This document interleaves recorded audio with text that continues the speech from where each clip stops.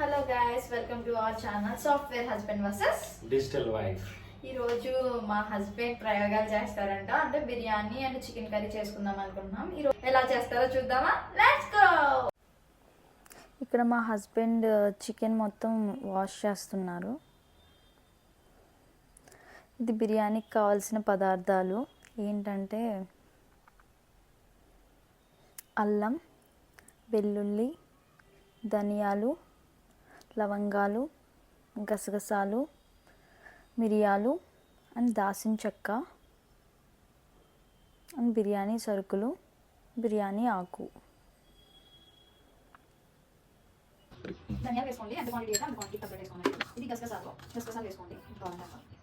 కొంచెం ఎక్కువ క్వాంటిటీలో స్టోర్ చేసుకుందాం అనుకున్నాం కాబట్టి మసాలాని కొంచెం ఎక్కువ క్వాంటిటీలో వేస్తాను నేను. ఎక్కువ వేసుకోకూడదు, కొంచెం. అండ్ మిరియాలు కొన్ని వేసుకోండి. 2 యాలక్కాయలు వేసుకుందాం. ఓకే, చేసుకోవాలి. అంతా ఫైన్ పౌడర్ అయ్యేంత వరకు మిక్స్ చేసుకోండి. నెక్స్ట్ అల్లం వెల్లుల్లి పేస్ట్ చేసుకుందాం గైస్.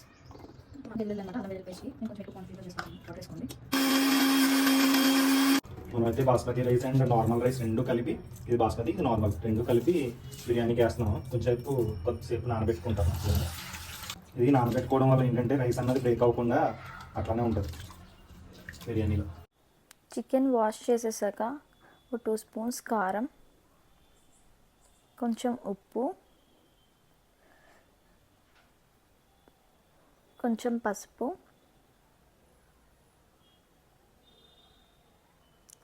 కావాల్సినంత పెరుగు,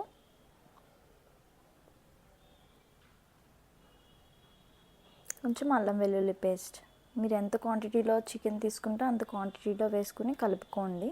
దానికి తగ్గట్టు ముక్కకు పట్టేలాగా మసాలా అంతా పట్టేలాగా కలుపుకోండి. కాసేపు ఫ్రిడ్జ్లో పెట్టండి.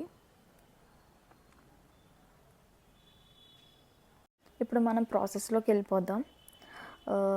పొడుగ్గా ఉల్లిపాయలు కట్ చేసుకోండి.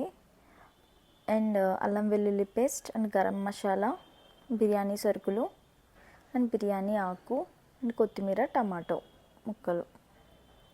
ఆయిల్ అయితే వేసేసాం. ఒక 2 మినిట్స్ ఆయిల్ వేడెక్కి వరకు ఉంది. మనం ఇవి అయితే ఉల్లిపాయని జస్ట్ బ్రౌనిష్గా వచ్చేలాగా వీటిని వేపుకొని పక్కకైతే పెట్టుకోవాలి. చూపిస్తాను ఎలా వేపుకోవాలి బిర్యానీకి.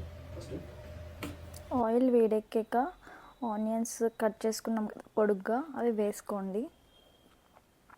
బాగా ఫ్రై చేయండి బ్రౌనిష్లోకి వచ్చేలాగా.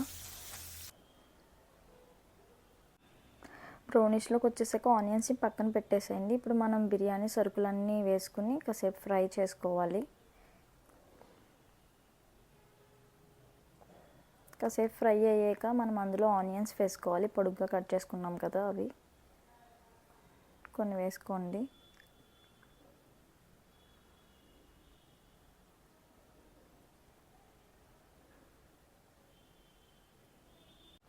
ఆనియన్స్ కొంచెం ఫ్రై అయ్యాక అల్లం వెల్లుల్లి పేస్ట్ వేసుకోండి.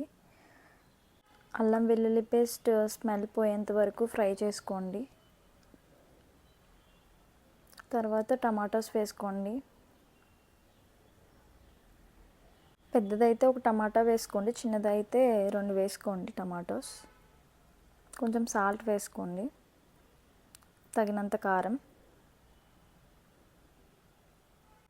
కొంచెం పసుపు, ఒక 4 మిర్చి వేసుకోండి. మిర్చిని అయితే బాగా కలుపుకొని ఆ తర్వాత మ్యాగ్నెట్ చేసుకున్న చికెన్ వేసుకుని తరువుగా కలిపేసుకుందాం. అండ్ తర్వాత కొత్తిమీర అండ్ పుదీనా వేసుకుందాం. అండ్ కర్రీలాగా వచ్చేలాగా దీన్ని మనమైతే కలుపుకుందాం. అండ్ దాంట్లో హాట్ వాటర్ అయితే వేసుకుందాం. కుకింగ్ ప్రాసెస్ అన్నది స్టాప్ అవ్వకుండా ఉండడానికి.